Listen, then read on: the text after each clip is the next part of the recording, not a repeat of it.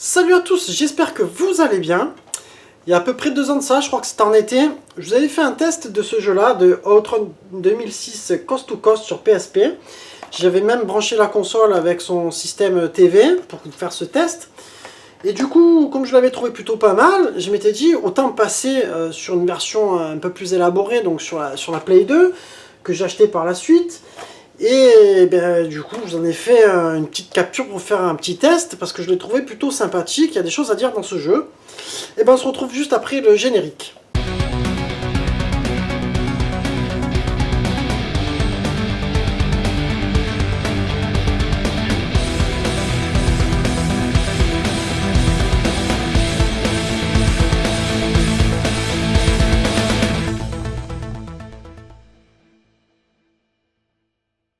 Alors, Outrun SP 2006 Coast to Coast, un jeu toujours dans l'esprit arcade, de toute façon, ça n'a jamais été de la simulation.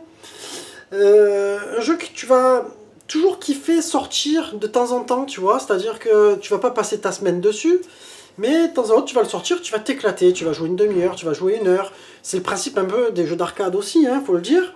Donc il a été développé par Sumo Digital, un studio qui est basé à Sheffield, en Angleterre. C'est donc une ville ouvrière, pour ceux qui connaissent un peu l'Angleterre. Il est sorti le 31 mars 2006 sur PSP, PS2, Xbox et PC. Alors à savoir que j'ai parcouru un peu le net, j'ai vu que sur jeuxvideo.com il lui avait mis 9 sur 20, il l'avait un peu démonté. Et sur Gamecult aussi. Alors on verra après un peu pourquoi. Et cette note pour moi n'est pas forcément justifiée, parce que ça reste quand même un assez bon jeu. Alors là il va te proposer une quinzaine de bagnoles, donc toujours pareil, Ferrari. Tu vas retrouver la F355 Spider, la 550 Barchetta, la Testarossa, la F430, donc tout un tas de bagnoles très sympathiques. Il va te proposer aussi plusieurs modes. Alors tu vas avoir le mode Coast to Coast, le mode Outrun, le mode coup de cœur et le mode contre la montre. Par exemple, dans le mode coup de cœur, tu vas être accompagné de la nana et elle va te donner des missions. Elle va te dire dérape sur toute cette distance, percute les voitures, évite les extraterrestres, parce qu'à un moment donné tu vas avoir un passage où tu as les soucoupes comme ça qui envoient un espèce de rayon comme ça que si tu passes dessous, elle te capture. Tu vois, tu as ce genre de choses là. Un mode qui est très sympa, du coup qui rajoute du fun. Après tu as le mode tour classique où tout simplement tu dois rattraper le rival à chaque fois, le mode de base de Outrun. Donc du coup un jeu, moi je te dis, où je trouve que c'est vraiment du gameplay, du fun immédiat en fait.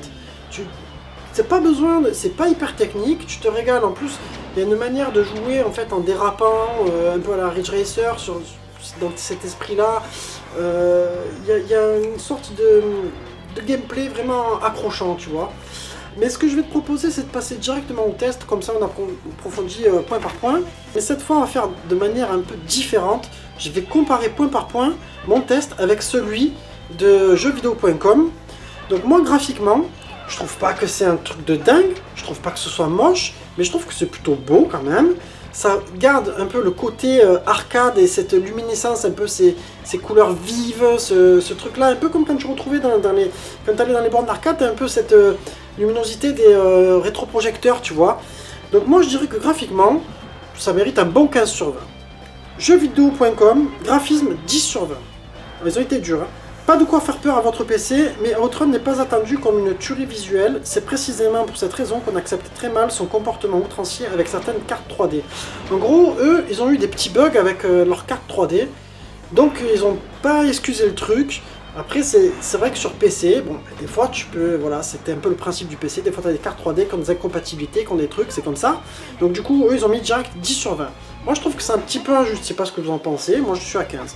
Dites-moi ce que vous en pensez dans les commentaires. Au niveau jouabilité, enfin moi j'ai mis maniabilité, ouais, jouabilité.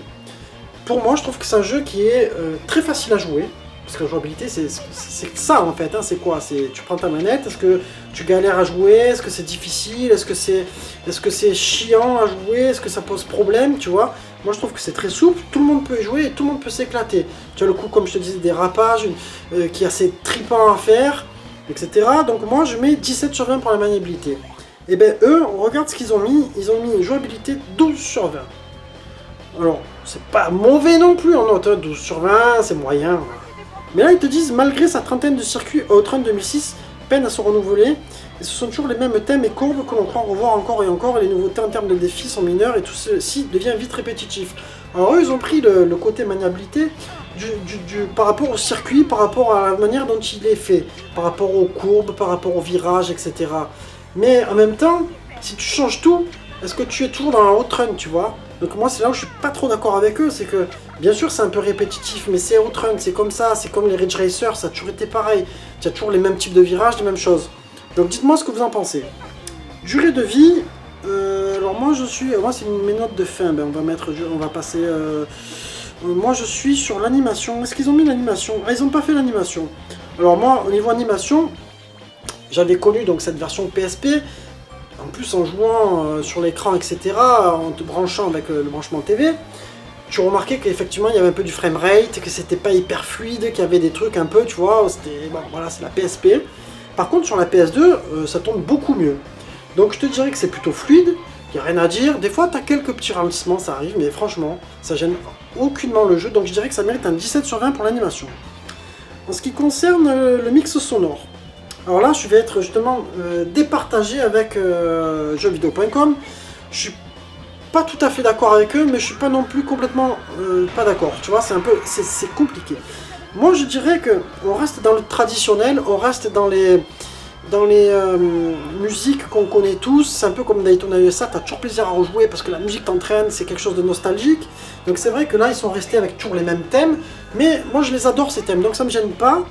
Et je te dirais que sinon au niveau bruitage, voiture, etc., c'est pas fou, mais c'est pas mal.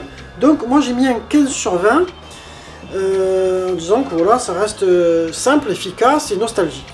Eux ils ont mis 9 sur 20. Alors vous allez comprendre pourquoi. Encore et toujours les mêmes thèmes classiques de la série qu'on retrouvera en version originale ou remasterisée, les effets commencent à dater, et ce sont surtout les trop nombreux bugs sonores qui mettent mal à l'aise la bande son du jeu. Alors moi au niveau bugs sonores, j'en ai pas entendu. Je suis désolé, j'en ai pas vraiment entendu, j'ai pas entendu des musiques qui s'arrêtent ou des beats ou des machins. Alors je sais pas d'où ils ont pris, je pense qu'ils ont eu un souci sur leur PC ou je sais pas. Mettre 9 sur 20 parce que c'est toujours la même chose, ça peut un peu se comprendre, tu vois. Les mecs attendaient autre chose que ça. Ok, je peux un peu accepter cette note-là quelque part, mais ils auraient pu mettre plutôt 10 ou 12, tu vois, parce que ça reste des bonnes musiques. Eux, ils s'arrêtent à ça, donc leur note finale est 9 sur 20. Moi, du coup, ah non, on n'a pas fait la durée de vie. Durée de vie, voilà. Alors, durée de vie, on a la même note, tu vois. Moi, j'ai mis 15 sur 20. Je trouve qu'il y a de quoi faire dans ce jeu. Et eux, ils vont te dire, on trouve une quantité de choses à débloquer, la difficulté croissante assume un nombre d'heures de jeu, par conséquent, à ceux qui souhaitent aller jusqu'au bout des choses. Le multijoueur est anecdotique. Alors ça, c'est vrai, c'est que le multijoueur, bon ben voilà, après c'était l'époque où la PS2, on n'était pas tous en ligne, etc. Parce que tu as ce mode-là aussi. Voilà, c'est vrai que c'était un peu le début, il a été mis, mais bon, voilà, bon, c'était normal, il fallait bien commencer par quelque chose. Donc là, on a tous les deux 15 sur 20, donc tu vois, là on est tombé d'accord. Et du coup, ils arrivent sur une note finale de 9 sur 20. Et moi, non, avec mes notes, j'arrive sur un 16 sur 20. Et quand je vois les notes des lecteurs, etc., eux, ils sont à 14,8. Donc tu vois, je suis pas très loin d'eux. Pour moi, ça reste un jeu culte, que si tu aimes les jeux d'arcade, tu te dois d'avoir dans ta collègue. Et tu te dois de tester si tu l'as jamais fait, parce que franchement, c'est vraiment fun. Après, si tu es plutôt quelqu'un qui aime la simulation, Gran Turismo, Forza, etc., c'est sûr que c'est pas avec Outrun que tu vas t'éclater. Voilà, c'est la fin de mon test. J'espère que cette vidéo vous aura plu. Ben, si c'est le cas, mets un like et n'hésite pas à commenter, partager, etc. comme d'habitude. Je vous embrasse tous et je vous dis à très bientôt les amis. Ciao, ciao.